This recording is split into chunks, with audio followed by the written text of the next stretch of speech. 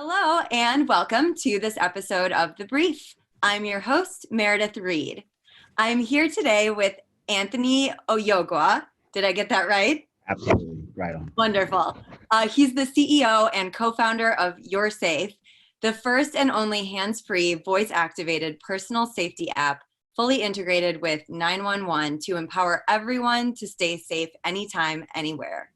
Anthony's childhood experience growing up in different parts of the world and watching his father's entrepreneurial journey paved the way for him to become a founder. Anthony's company is the perfect offline complement to the online work we do at Spectrum Labs to provide safer dating solutions. So, Anthony, welcome to the show. Thank you. Thank you.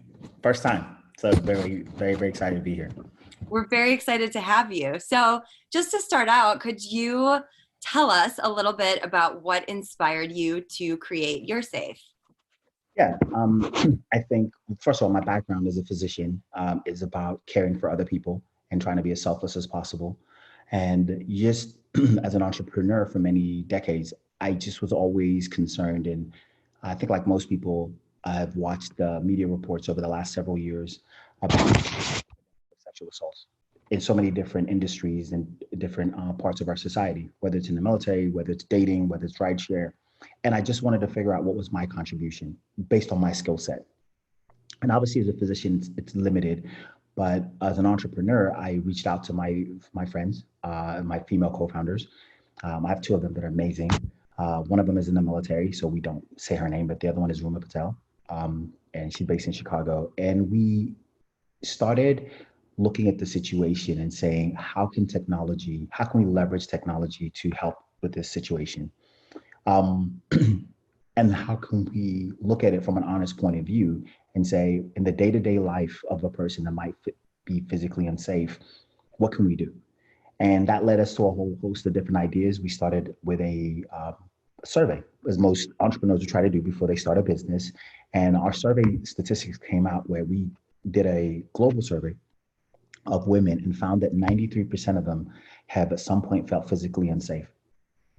And in society, you would imagine if 93% of men had physically felt unsafe, we would have been able to find the technological innovations to fix this problem a lot sooner. We just felt like it was something that Silicon Valley hadn't really addressed because it really didn't affect a lot of the decision makers and the venture capital people. But we took it on ourselves, myself and my two female co-founders, and built a team, a global team. We have members in 5 continents to develop this app that we think is just allowing people to feel empowered in their day-to-day activities, and giving them the voice in situations where they might feel a little bit uncomfortable. But also, we've started seeing that by people having the app and other people noticing they have the app. So if it's on their in a jacket, if it's on the phone, the back of the phone, it starts to change the behavior of possible bad actors. That's very good to hear. So, are you saying that do people have some sort of way to show it's on their phone without someone actually looking at their screen? Absolutely, absolutely. We have a whole litany of different stickers, buttons. We have pop suckers for the back of your phone. So just imagine we're sitting down and we're meeting for a cup of coffee, and maybe I don't have the best intentions. If you look at the back of my phone and you see a sticker that says "You're safe," it doesn't take too long for you to realize that, okay, maybe this person has this app that they can trigger remotely by their voice, to a whole litany of things, whether it's reaching out to 911 or there's just being able to create an excuse, an incoming inbound call that they can use for an excuse. People start becoming a lot more conscious about their behavior. And yeah, we found that people are excited about it. Yeah, by just having a button, just a little button on the shirt that just said like a "You're safe" button on the back of a book bag, a kid walking home. That's such a good idea. You think about, so I'll admit that I listen to a lot of true crime. And a lot of times you hear that a potential perpetrator is deterred by something relatively small just because it's not worth the additional risk that they have to take on. So I could definitely see even something like a sticker showing that you have that technology on your phone being really effective. So can you tell us a little bit more about how UrSafe works? Okay. Well, we have so you download the app from the App Store, and whether you're getting it via your rideshare dating app, or you're just getting it as a regular consumer, whether through your telecom company, part of your bundling, just depends on where you get it from. So you can just either just go as a regular consumer and download it, and you create your account. We simply only ask for your phone number, your name, and whatever your email is, how you're getting the account. We don't keep data. We don't monetize data, so we don't need to know a litany of things about you. You create your users, and these are your circle of friends, so to speak, that you say, hey, in case of an emergency, I want these people to know who I am. I want these people to know where I am. Sorry. Um, you give us you give us their phone number, we put it into the system, and then they get alerted like, hey, Meredith just started a UrSafe account, and she listed you, and you can either accept it or not accept it. From there, you use it for daily things. I mean, you use it for follow me. Hey, I'm going for a jog. I'm going from here to here. So you map it out, GPS style, like Uber.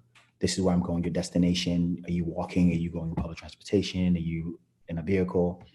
And our GPS system will then map it and let all your contacts that you say, hey, I want my mom to know, or I want my partner to know.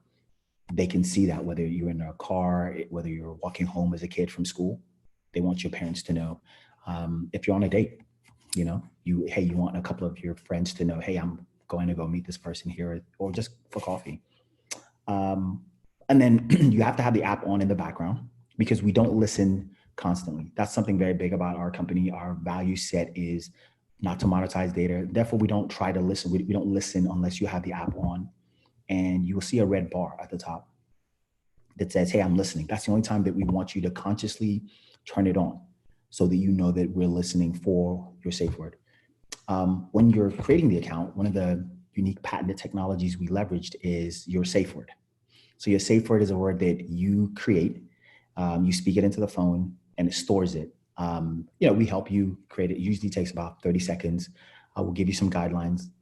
And that word is listened to in case of an emergency to trigger our SOS protocol.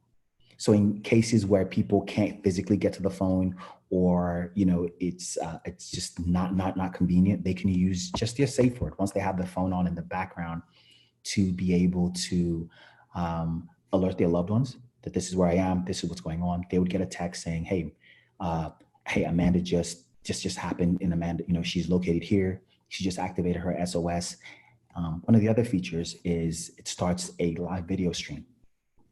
And in many cases, this becomes a very, very big deal, because the live video stream from your phone goes to those loved ones' phones, and it stores on their phone.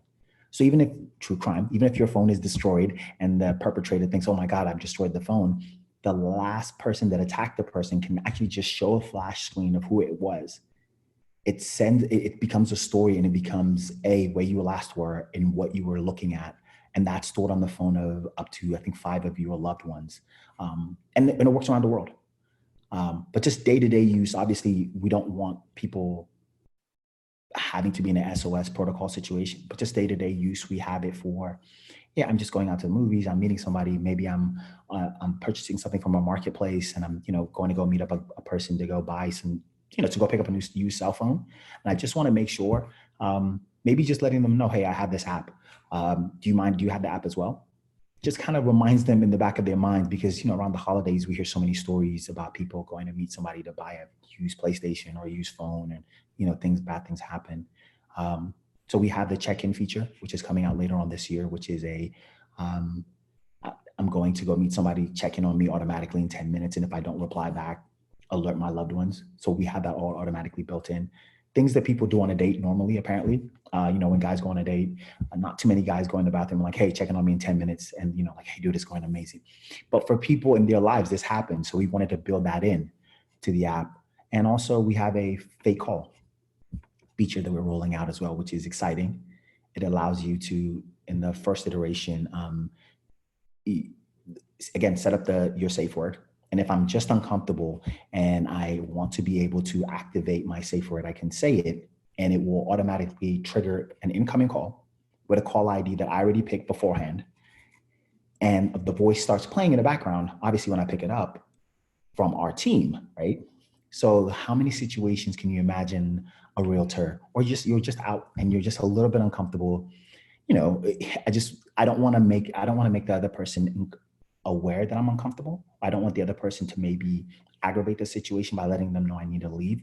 But it provides an incredible opportunity to say, hey, look, my kid's school, flash the call ID says kid's school, and you can step away, excuse me, let me take this call. And, you can excuse yourself from that situation and say, hey, sorry, I have to go. Do you mind, if I'm a realtor, hey, do you mind if I close this open house? My kid's school is calling, I have to go. It's such an easy way to remove yourself from situations. But I'm doing a lot of talking, sorry. Wow, that is such an amazing feature. And you're absolutely right. I was single through my 20s and dating in New York City and dating online. And I lived with two other girls. And anytime any one of us went on a date, we did basically the manual version of this and sent over the address or a pin drop of where we were. Just to, we kind of did it in a joking way, but not really. I mean, we were doing it for our own safety. And that is an experience that I think generally is unique to women. So I'm glad that we're having this conversation, and everything you're doing with this app. I can imagine so many people appreciating having just these little safety measures that could really make a huge difference, not only in, not everyone is going to be attacked, but just in feeling safe day to day and having the capability to focus on other things besides being frightened and, trying to figure out a way to get out of something. Like, it's exhausting to live like that. Absolutely, absolutely. And we get emails from parents that say, thank you so much, because my kid is coming back home from school from an activity. I tell them, hey, when you're going to your friend's house, text me when you get there, text me when you leave, text me when you get home. All of that is automated now, right? So let's say I'm a parent at work and my kids have activities after school, or my partner, right? Text me when you get there. We've automated all that. And we've put it into a very, very user-friendly app that we think is amazing, and people start seeing how they can use it in their day-to-day lives for just nothing nefarious happening, but just simple use, being part of what they're doing every day. So if I want to turn it off for whatever reason, let's come up with a hypothetical situation. I normally alert my boyfriend to where I am, but I'm shopping for something special for him and I don't want him to see where I am. Is it possible to turn it on and off? Absolutely. I mean, all you have to do is simply just close the app. You just close the app, or you can just end the trip. You can say, hey, I'm fine, just end the trip, and that person, your significant other, we get a text message that, hey, Shelly's here and she's fine and she's okay. That's it. Or you could just do simply closing the app like you normally would, and say, hey, I'm safe, I'm fine. The check-in feature, you can just hit a button when it asks you, are you okay? Yes, I'm fine. And it would say, that you were last seen here. This is the location, before maybe you went into the store to go buy something for him, or whatever you were shopping for in this situation. Okay, so that makes sense, and that's, I think, a good feature to know about. So I want to ask you about the feature to contact your loved ones versus contacting local authorities. I assume that was a conscious decision. So could you talk a little bit more about that? Yeah, absolutely. Because obviously, what we wanted to do is well, let me go back to let me explain this. So with the app, there's the feature that you can automatically trigger it to automatically go to the police, right? Which is, if I'm really going to meet a stranger for the first time that I really don't know anything about, I probably want it where the voice activation automatically goes to the police. And it goes to my loved ones, where they get a message, they get the live video stream, they get the text, this is where you were, the pin drop. And then we have the other situation where you can, in the settings, say, I want to be notified. I want to have the option where I can click through and say, yes, confirm, I want to call the police. But in all situations, your loved ones are always notified, whomever you decide. So if I'm going on a trip, let's say I'm hanging out, or I'm going on a date or something, I don't necessarily want my mom to know, right? So I wouldn't alert my mom in this trip. I can alert my friends. But in every situation where you trigger the SOS, whether or not you have to double click to confirm you want law enforcement, right? Or you want to say no, automatically go there if something goes wrong. If you hear me say my safe word, Your loved ones are always notified, and it's the ones that you want to be notified in that situation. That's amazing. Thank you for clarifying that. No problem. Could you share some statistics that support the work that you're doing at UrSafe? Absolutely. We launched our app December 10th. And again, we did a simple press release, and we have, in 4 months, we have over 4,000 SOS activations around the world. And we've had users in 134 countries activate the app.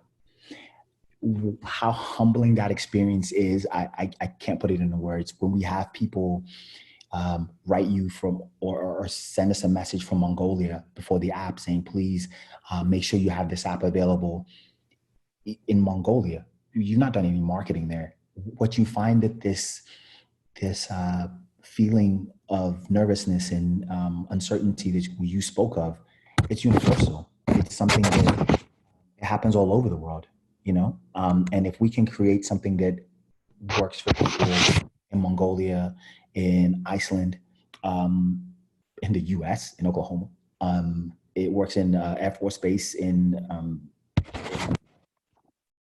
very humbling, and we're very excited about that. We're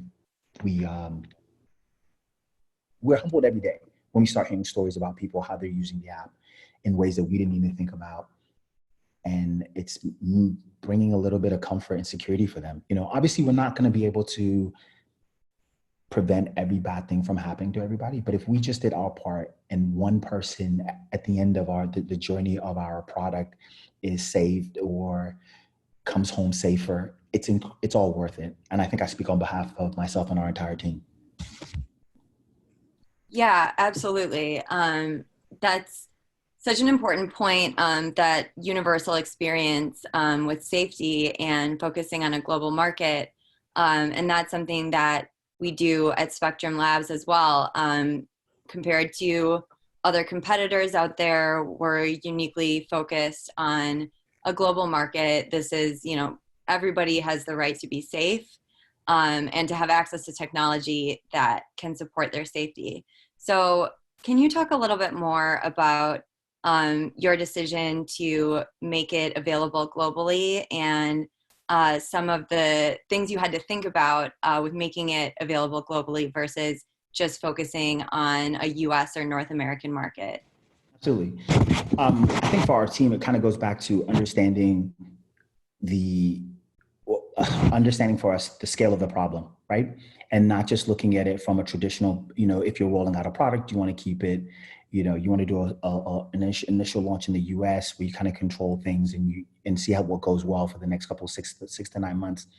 But what we started seeing from our campaign when we were launching was, this is, like you said, a global issue, right? And how fair is it that we're only making this available for our US consumers where somebody in Mexico or Colombia or Paraguay, it probably needs it? Is that really fair? Can we do it? And I think that was a question that I asked our team was, well, can we release it globally? And of course you had some marketing and PR people saying, don't do that. It's too big at scale. Like, you know, companies don't normally do that, especially a startup. But it's not fair to us if we don't release it if it's not available in Saudi Arabia, right? It's not fair to us if we don't put it in the app store in India, you know, even though that consumer might never pay for it, but it's just as important that they have access to that. And if that consumer having access to it makes them feel a little bit safer because she's walking back home from school at night by herself and she's a girl in Bangladesh, it's okay. You know, it's fine. And we will take that. We'll take that risk of having a global flop. But in this case, you know, I think just similar to what Spectrum does is, it's important to understand that people around the world have these issues, and to make your product or your service available to everybody. It's great if you make it available to the people in the US, but what does that say about the other people that your technology can help? If you don't want to make it available, or you just choose not to look at that market because it financially it's not financially rewarding. So we didn't want to go that route.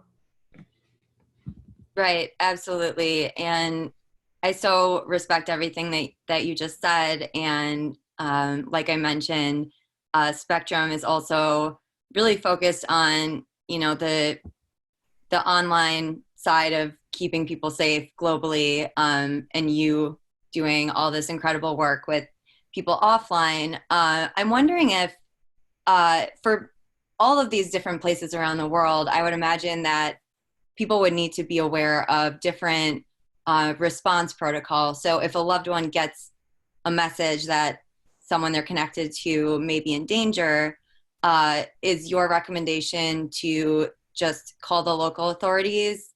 Or do you have other recommendations for them in the app as to what they can do to respond to a notification that maybe someone they know is in trouble? No, so what happens once the protocol is activated, that primary user's phone automatically connects to, well, once they trigger that, yes, I do want to call 911. So that call automatically goes to 911. What you get on your phone is, hey, this person is here. This is the video stream. They've activated their SOS protocol. This is where they are. And then you start getting an incoming video stream. What we found that in a lot of developing countries or non-first world countries where law enforcement just is not capable to get out there. It's not like the US where you call 911 and they show up maybe 5 minutes late, maybe 20 minutes late. But in rural areas, you know, in a lot of countries, that 911 call doesn't come. They don't have the infrastructure. They don't have, we have places in Bangladesh that have 1 million citizens and have 17 police. They just don't have the infrastructure. That video stream and that alert to their loved ones becomes incredibly important. And they respond because they understand in their culture, the police aren't going to get there. So if my daughter's walking home and she's in Hyderabad in India and, you know, 2 guys are following her and she activates the app, the likelihood that phone call, that 911 call goes to the phone systems in Hyderabad, who then have to figure out where she is, you know, that phone call automatically happens. But in those countries, those people understand because of their relationships with their law enforcement, they know more than likely the cops aren't going to get there. Now the brother, the sister, the husband, and everybody else around knows exactly where she is, what's going on. They respond a lot faster. They will be there. So it really depends on cultures with that and their relationships with their law enforcement in different countries. Right, exactly. Thank you for sharing that. I think it is so important to realize that different countries, different locations operate in very different ways, and what might be the best safety measure for someone in the US might not be the best response for someone in a different country. So I wanted to ask you before we wrap up, it's impossible not to touch on the impact of coronavirus on the world, on basically everything we do.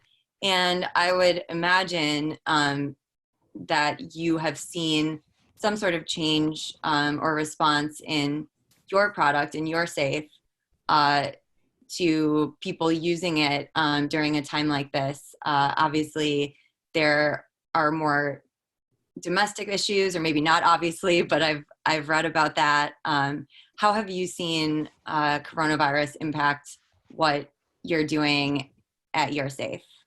Well, this is a great opportunity. Thank you for the question. What COVID-19 has actually been able to do for us is obviously our core product deals with people in human interaction. Obviously around the world, that's a lot of times now changed.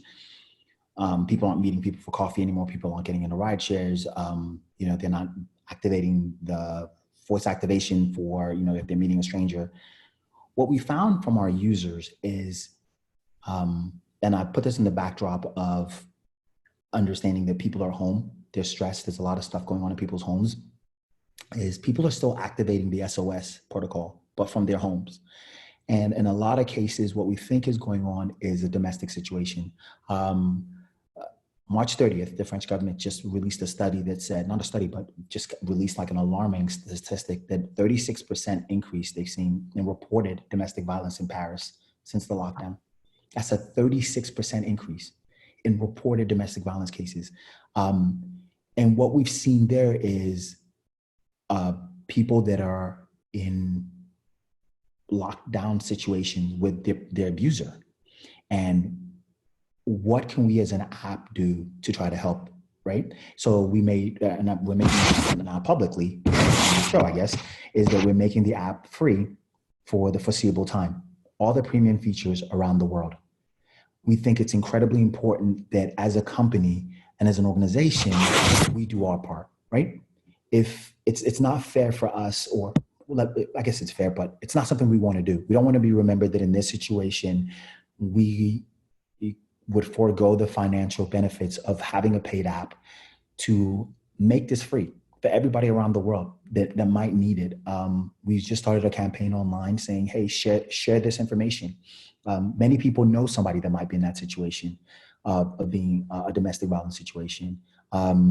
We want to let people know that the app is free, tell people about it, because again, kind of like what we talked about earlier, once an abuser can manipulate a person and saying, nobody's going to believe you, you better not show anybody. Once they know you have this app now in that house, maybe it changes the behavior of a person. Maybe all of a sudden they realize that if they try to attack you or they threaten you, a video stream goes to their mom, their dad, your brother, your sister, in addition to local law enforcement, by just your voice. Then maybe the person takes a step back and realizes, hey, you know what? There's no one or two of things that I used to use to manipulate them, whether it's nobody's going to believe you or you better not tell anybody. Those things are removed. So if it's just one person that comes back and says, thank you so much, it helps me escape a situation where he was going to do something to me, then you realize I had the app or whatever that is, I think it's worth it for us as a financial sacrifice to make our app available to everybody in the world that needs it during this time. And, we didn't think our app was going to be used like this, but obviously nobody could foresee this happening. And we're more than happy to make it something that people can use in your day-to-day lives, especially during now when people are home, they're stressed. If it prevents, like I said, one person, allows them to get somewhere safe, it's worth it for us. It really is. Thank you so much for doing that. And I really appreciate you doing that in, this incredibly challenging time, seeing companies like UrSafe responding to very real and very serious issues, and making it about the people and the safety versus the finances is a very beautiful thing. So, cheers to you and No, your team for doing that. That's so important. And I also thank you for drawing more attention to the domestic violence during COVID issue, because I think it's very important that people are aware of that going on during this very tense and challenging time where some people are home safe and some people are home not so safe. So it's definitely important that they have access to resources to keep them safer. Yeah. Thank you so much. Thank you so much for being here. Before you go, can you just let all of our listeners know where they can go to your app or for more information? Okay. Our website is ursafe.com. That's U, the letter R, SAFE.com. You can go in the App Store. In the App Store, we are called the UrSafe app. Online, we're on Instagram, Facebook, UrSafe_app app. But you can go to our website, go to any of our social media platforms. Feel free to download the app. Like I said, we have it in 2 different languages right now, English and Spanish. And please encourage people to use it. People that you think might need it, even if they might feel uncomfortable that you sent it to them, because most people know what's going on in that household, or at least somebody does. And it's just you thinking about them. So thank you for the great opportunity, by the way. You can't wait to continue working with Spectrum Labs. So thank you so much. I appreciate it.